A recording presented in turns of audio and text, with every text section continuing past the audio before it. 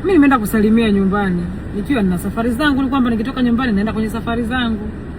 Saa ngapi sijasokomelezewa jitoto? Acha no. Nongwa gani? Mimi nina safari zangu bwana.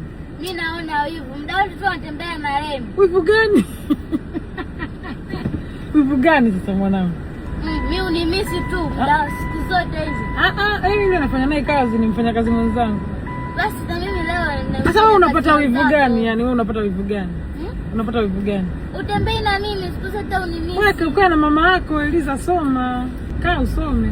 Wewe nimesoma sasa, nimefunga shule, muda kupumzika. Kapumzika na mama yako? Mimi nina safari zangu jamani. Rami yenyewe nimemtoroka na nimemwambia nina safari zangu.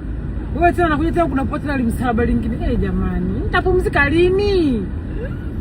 Madam kaniambia nikija dada nipumzike, Madam Jinaisi, nimekuja tena kupokea misalaba mingine hii. Mimi naenda kukutupa pale nyumbani, unakaa na Remi, naondoka zangu, sawa? Mimi nataka kukaa na wewe, sitaki kuondoka. Wewe hichi sikukaa nyumbani kwangu. Kaa nao pale, kuna watu nyumbani.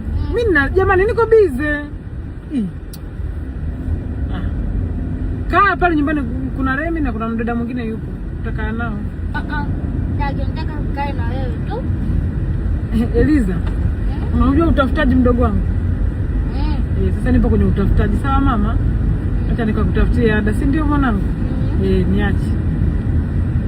Unanichosha ukikaa hivi, Remi dada. Nikasema hivi Eliza dada.